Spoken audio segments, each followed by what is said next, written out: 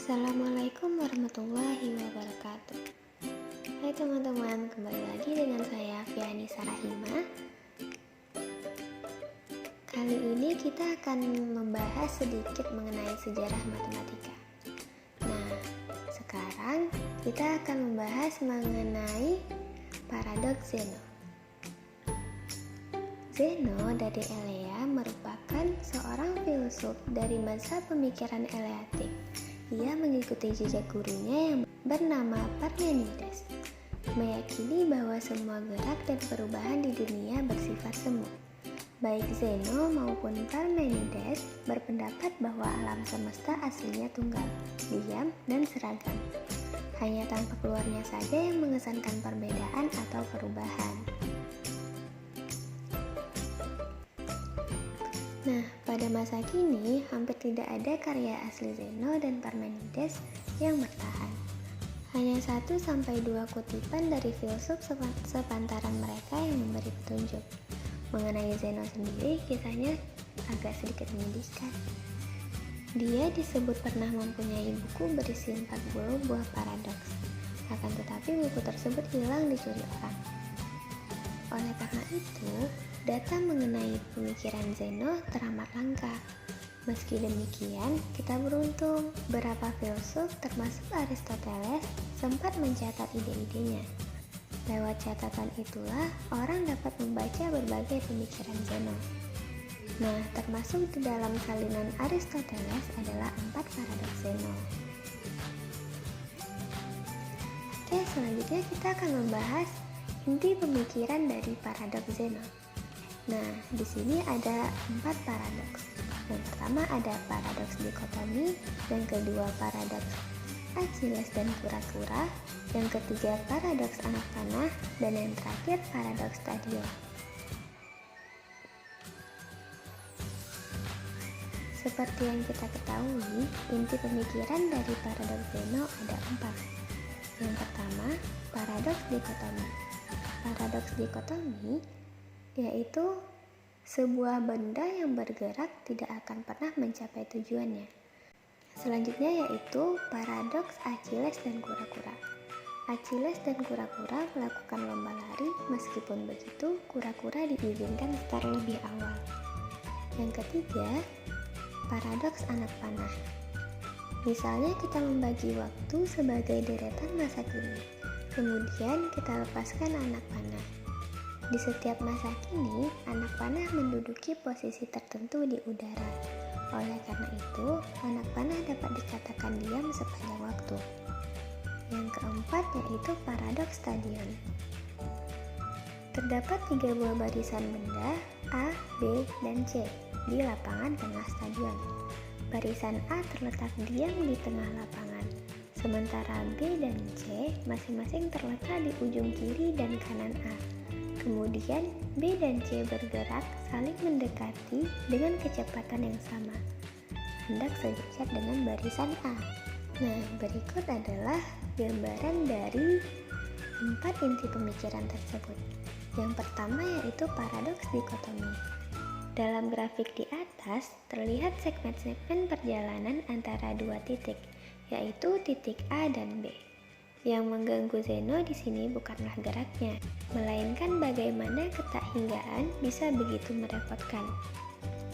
Nah, dalam paradoks dikotomi, Zeno menyebutkan karena segmen yang harus ditempuh berjumlah tak hingga, maka mustahil dilintasi oleh benda. Ibaratnya begini, apabila orang hendak berjalan menuju garis finish, maka lintasan jalannya dapat dibagi menjadi bagian-bagian kecil.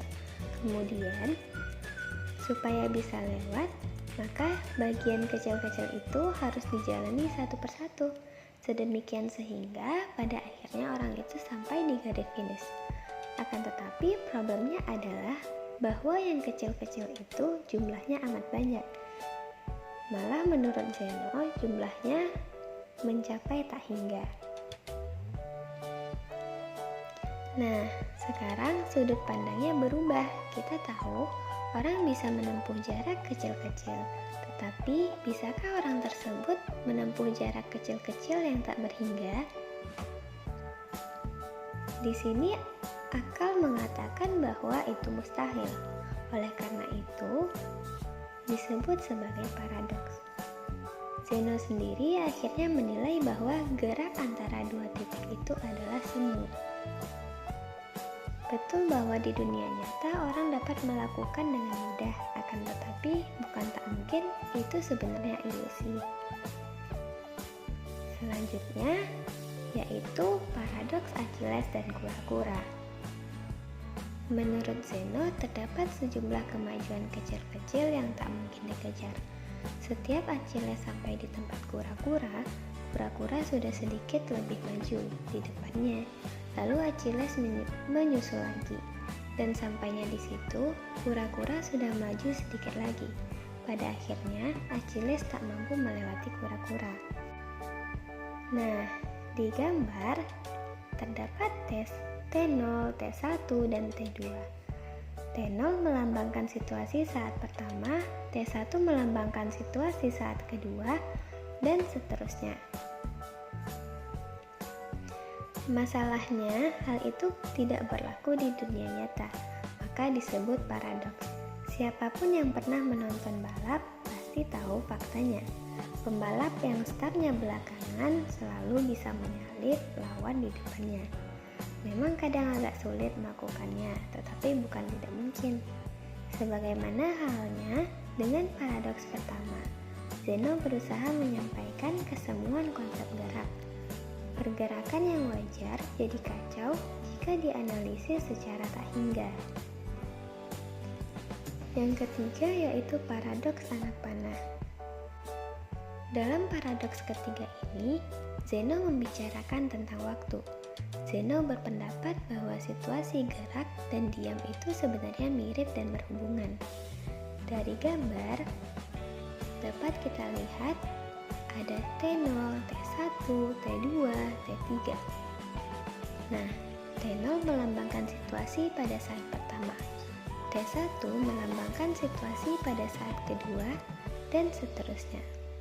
Zeno melihat waktu sebagai rangkaian masa kini yang berkesinambungan.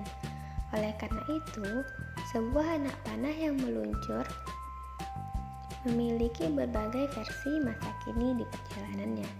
Ada masa kini sesaat sudah lepas dari busur, masa kini setelah beberapa detik di angkasa, dan seterusnya. Problemnya adalah di tiap masa kini itu, anak panah mendiami tempat yang tetap, persis seperti kalau direkam kamera video. Di setiap frame tampak berbagai kondisi anak panah, semua tampak diam. Akan tetapi, kalau videonya diputar, barulah terkesan bahwa anak panah itu sebenarnya bergerak. Jadi di sini ada problem bahwa anak panah itu diam sekaligus bergerak. Pertanyaannya sekarang adalah, apakah gerak itu? Singkat cerita, Zeno menilai bahwa paradoks anak panah menunjukkan kebenaran filsafatnya, bahwa gerak itu aslinya semu. Kejadian benda terkesan bergerak cuma oleh persepsi manusia saja. Nah, yang terakhir adalah paradoks stadion. Dalam paradoks stadion, Zeno mengetengahkan bahwa dua benda yang saling mendekati butuh waktu lebih singkat untuk bisa sejajar. Sebenarnya ini adalah penerapan dari relativitas Galileo. Kalau dua benda bergerak, yang satu bisa dianggap diam, sementara yang satunya lagi kecepatannya dijumlahkan. Nah, demikian juga dengan kasus paradoks stadion di atas. Ketika B dan C sama-sama bergerak, maka jumlah waktu sebelum mereka saling bertemu juga akan mengecil, sebab kecepatannya saling menyumlahkan. Sementara yang A tidak bergerak, tidak mendapat keuntungan tersebut. Alhasil, terlihat seolah yang satu lebih cepat dari yang lainnya, padahal sebenarnya tidak. Mungkin sampai di sini dulu pembahasan sejarah matematika mengenai paradoks Zeno. See you next time and terima kasih.